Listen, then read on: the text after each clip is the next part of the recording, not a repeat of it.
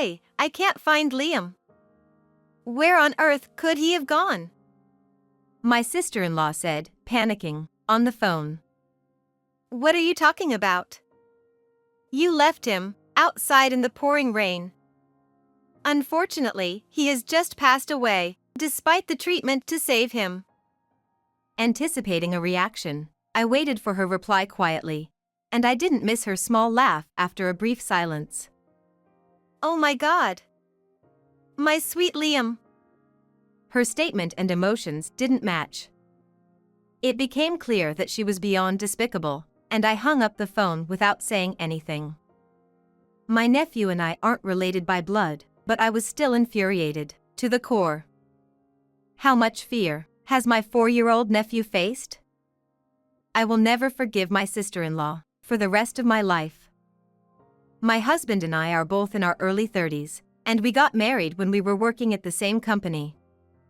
Although we don't have children yet, we've discussed having them in the future. In his family home, my mother-in-law, who is in her 60s, my brother-in-law and his wife in their late 30s, and our 4-year-old nephew lived together. My father-in-law had already passed away before we got married. My husband doesn't talk much about his father, so I don't know what kind of person he was. Since my husband moved out, when my brother-in-law got married, we didn't really think about the in-laws, and moved to a new home, a little distance away. My mother-in-law in her 60s is very lively, and she takes great care of her health, so that she can keep playing golf, which is her hobby. I won't be a burden to my son, is her catchphrase. However, she got a bit too excited a while ago, and ended up breaking her leg while playing a round of golf. She had to be hospitalized for about 2 months, including rehabilitation. My brother-in-law was very busy at work at that time, and he went on frequent business trips. Therefore, his wife, Adriana, was left to take care of their child, do household chores, and also take care of my mother-in-law while she was in the hospital all by herself. Which is challenging. When it was decided that my mother-in-law would be hospitalized, we offered to help. However, Adriana cheerfully said, "It's okay, don't worry about it," so we believed her words. To be honest, it is about a 30-minute drive from our house to my in-laws, and the hospital where my mother-in-law was admitted is an additional 10 minutes away. If the traffic is bad, it can take an hour one way. For those reasons, and also since Adriana said it's okay, we decided to visit my mother-in-law with a reasonable frequency. However, one day about a month into her hospitalization, heavy rain was forecast for that day, and the sky looked ominous from the morning. In the afternoon, as forecasted, the rain started pouring, accompanied by strong winds. That's when my husband received a call from his mother. Both my husband and I had finished work early, due to the bad weather, and were working from home. My mother-in-law was concerned about her rundown 80-year-old family home, and wanted us to check on it. I couldn't help but comment, in this weather? However, since it's the house where my husband grew up, he was also concerned, and he agreed right away. According to my husband, my brother-in-law was away on a business trip, and his wife, Adriana, should be there, but she was not answering the home phone or her smartphone.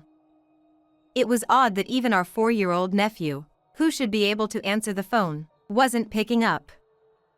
Hearing this, I couldn't disagree with my husband's decision, and I decided to accompany him. With poor visibility due to the bad weather, as we prioritized safety on the drive, what would normally take 30 minutes ended up taking about 40 minutes. During that time, next my husband, who was driving, I repeatedly tried calling in-laws' home phone and Adriana's smartphone, but all I heard was the ringing tone. Even when I texted her, there was no indication that the messages were read. We started to panic, thinking maybe something bad was happening, and hoped that we were wrong. When we arrived at my in-laws, the gate was securely locked from inside. My husband skillfully reached through a gap to unlock it and went inside. Despite being 80 years old, the reasonably spacious yard didn't look too bad. even though it hadn't been tended to for about a month, since my mother-in-law had maintained daily. While walking on the cobblestone path toward the house, I noticed a figure. Huh? I squinted my eyes, and it was my 4-year-old nephew, curling up in the bushes without an umbrella. What's going on? I called out to my husband walking ahead. My husband was surprised, and quickly took off his jacket to put it on our nephew. His body was already cold, and I wondered how long he had been in this heavy rain. Our nephew hesitatingly explained, "I've been coughing since this morning, so I didn't go to school today." He shared that he had been at home since the morning. Why is my nephew, who had been at home since the morning, outside now? And if he's not feeling well, shouldn't he be resting in bed? He continued, "You see, a man I don't know came to visit Mom. She told me to stay outside until she calls me." Since it started raining, he asked her to let him back inside, but she apparently ignored him, locking the door. After that, no matter how many times he knocked on the door, Adriana didn't come out, he said. What on earth is going on? Discipline? While I didn't intend to interfere with others' parenting, I wondered if this is something a parent would do to a child who's sick, especially in this weather. I hugged my nephew tightly. When his forehead touched my cheek, it was hotter than I expected. Concerned, I touched his forehead with my hand and realized he had a high fever. This wasn't just a cold. My husband instructed me, "Start the car engine. I'll carry him." I was also about to ask for the car key when he said that. Checking if Adriana was in the house or checking on the in-laws' house didn't matter at that moment. I believed my mother-in-law would understand, and we rushed our nephew to the hospital. We were lucky that the hospital where my mother-in-law was admitted had a pediatric department. While the doctor was treating him, I persistently tried to contact Adriana. According to our nephew, she is home with an unknown man. But who's this unknown man? Adriana let him in because she knows him, right? I had a bad feeling. My husband contacted his brother. My husband told me that his brother answered the phone, and he said that he would come right away. Our nephew barely made it. If we had found him a little later, who knows what would have happened? When the doctor said that, my husband and I snapped. I've never been so angry at someone in my life like this, and I was going to lose my mind with overwhelming anger. Then, we came up with a plan. We need to give a serious lesson to a mother who puts her own child in danger. 4 hours later, Adriana, realizing her son was missing, contacted me in a panic. Taking my son, without my permission, is outrageous. Where is he? If you plan to hide him, I'll report it to the police as a kidnapping. She had ignored him for a long time, but her attitude shifted drastically as soon as she realized that he was gone. It made me angry because she treated me, the one who was protecting her son, like a complete criminal. Liam is at the hospital. Unfortunately, despite the treatment, he's just passed away. I said it, making it sound like I was crying. On the other end of the phone, there was a slight sense of disturbance, but I ignored it and hung up, without waiting for her reply. Then, she called my husband this time. She wanted to see if what I said was true. My husband also told her coldly that Liam passed away and hung up. When she tried to contact me again, I blocked her call instead of answering. Upon seeing that, my husband also blocked her number, without waiting for another call from her. Gasping for breath, my brother-in-law arrived at the hospital. He came back from his business trip early, entrusting his work to a subordinate who had accompanied him. We explained everything that had happened to my brother-in-law. From the moment he started listening to our story until he finished, it was evident that he was desperately suppressing his anger. We also revealed that we had given false information to Adriana to make her realize the gravity of her actions. Normally, if someone tells you that your son has passed away, you would rush to the hospital right away, wouldn't you? But she didn't show up even though we told her which hospital Liam was taken to. Even in adverse weather like this, it would take at most 20 to 30 minutes from their home to the hospital. Since my brother-in-law was able to return from his business trip, Adriana should be able to come too. Our nephew successfully recovered after overcoming a critical condition and was discharged in the afternoon the next day. However, Adriana never came to the hospital. Both my husband and I, along with my brother-in-law, spent the night at the hospital. Once the discharge procedures were completed, my brother-in-law asked us to look after his son for a while because he had business to take care of. He was extremely angry, and apparently he had had concerns about Adriana's actions for a while, and had even hired a private investigator. Including that, he wanted to have a talk with Adriana. Understanding the situation, we agreed to take care of our nephew. Fortunately, it was a weekend, making it easier for us to accept his request since we were off. 2 nights later, my brother-in-law came to our house. He mentioned that he had a thorough discussion with Adriana. I hesitated to pry into the details of my brother-in-law's marital issues, but after he said that he was sorry for having caused us inconvenience because of Adriana, he started telling us what had happened. Unable to forgive Adriana for neglecting their biological child and prioritizing her desires, my brother-in-law decided to divorce. He asked her for a divorce, handing her the divorce papers, but Adriana refused. He went outside by himself, so I told him to come back inside, but he didn't listen to me. He didn't go to school because he was sick, yet he went outside, not listening to me. It's his fault. I'm not in the wrong. Since she adamantly refused to admit her fault, my brother-in-law showed her evidence, gathered by a private investigator. These are numerous pieces of evidence, which prove that you were cheating. Did you think I was unaware? They were pictures of her being intimate with a young man and entering a hotel together. There were also pictures of them meeting secretly at their family home.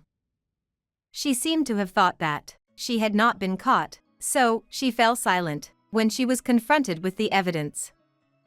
I know that you brought a man into our home while my mom was away playing golf.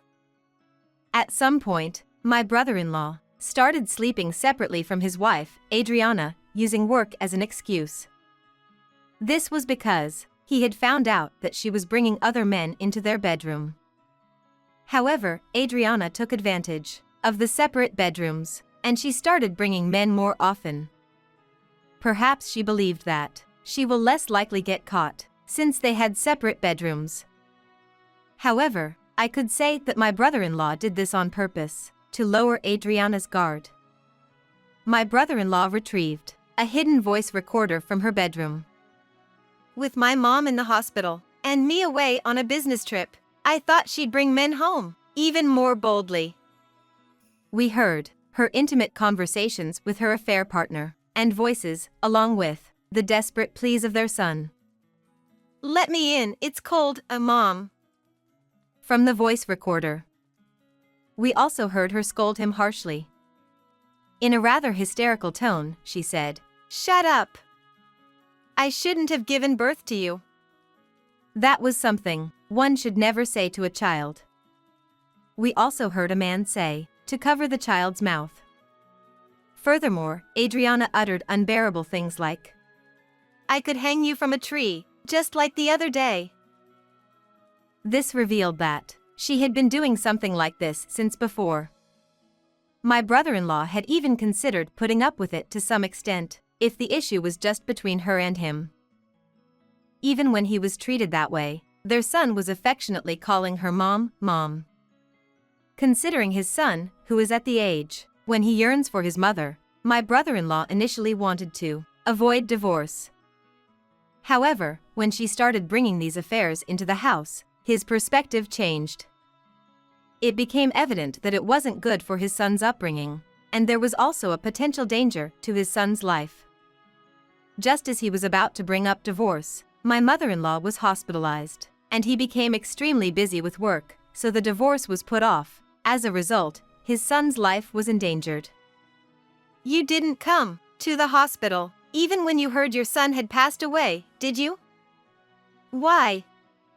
Weren't you supposed to act like a good mother, so that we wouldn't find out about your affair? In response to my brother-in-law's questioning, Adriana said, I didn't want Liam anymore. The guy I'm seeing hates kids. I thought really hard about how to make Liam disappear without breaking the law.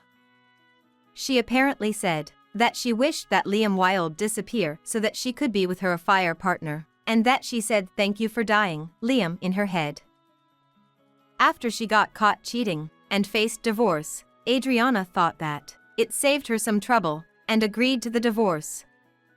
However, my brother-in-law didn't just settle for the divorce, and he also demanded compensation from Adriana and her affair partner. Surprisingly, her affair partner readily agreed. To ensure her affair partner wouldn't change his mind, my brother-in-law made him pay the compensation in a lump sum, not in installments.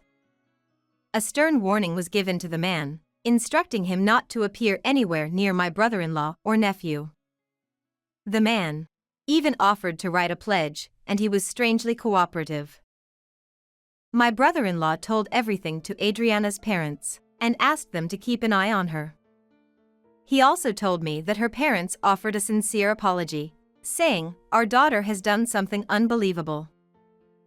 With this, my brother-in-law and nephew began living in the family home again, alongside my mother-in-law. It seems that my mother-in-law tried her best in her painful rehabilitation because she wanted to live with them as soon as possible. My husband said he was worried that something bad might happen again since his mother was so excited, forgetting her age. Though it looked like they were gradually returning to their normal lives, it wasn't quite the case.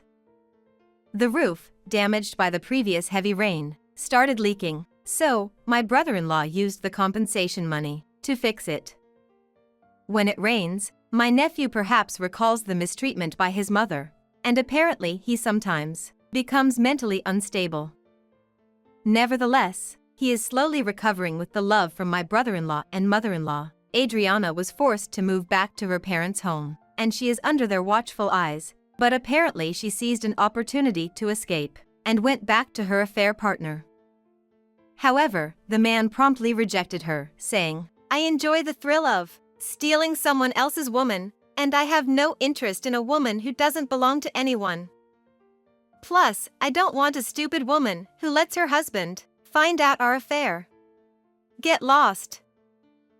Not wanting to deal with a dispute with her husband, he paid compensation for the time being, but it seems that he intended to later demand repayment from Adriana. He hired some dangerous people to collect money from Adriana. Her parents had covered the compensation Adriana was supposed to pay, with a promise that she would repay them. She never thought that she would end up paying the compensation that her affair partner was supposed to pay as well. As she couldn't return home even though she wanted to, she was wandering the town. Her parents reported her as a runaway, and she was easily located, then brought back home. In addition to the compensation for the man, now she had to pay child support for their son as well. Since she broke the initial agreement and fled to the man's place, my brother-in-law demanded child support, asserting that it was only fair for parenting responsibilities to be shared equally. This added to Adriana's debt to her parents. Having never held a steady job, she struggled to find full-time employment, facing rejections in job interviews. She ended up earning meager wages through part-time work, leading her make a small repayment. Until she finishes repaying her debt, she will live under her parents' watch, with restrictions on her actions, contacts, and social activities. Since she is working silently in a late-night factory, it looks like she will never make friends, let alone a new partner, for the rest of her life. She is living a significantly uncomfortable life. Adriana's family home is in a fairly closed-off, small town, so people gossip about a divorced woman like her. People in their town seem to have the old-fashioned beliefs that, once a woman marries, her duty is to dedicate her entire life to her husband. People started having a wild speculation about her reasons for her divorce, and now they treat her like a criminal. Moreover, when her parents passed away, she was forced to go through the process of waiving the inheritance. In the years ahead, she will have to endure the difficulty of living without anyone to rely on. I hope this will make her feel a bit of the despair that my nephew had felt. Soon, a year will pass since that dreaded day. I heard that my nephew laughs more often and doesn't talk about his mother anymore. Perhaps the efforts my mother-in-law made, who stepped in to take his mother's place, have played a role. Now, laughter of a child can be heard from my in-laws' house, and they are known to be a very happy family.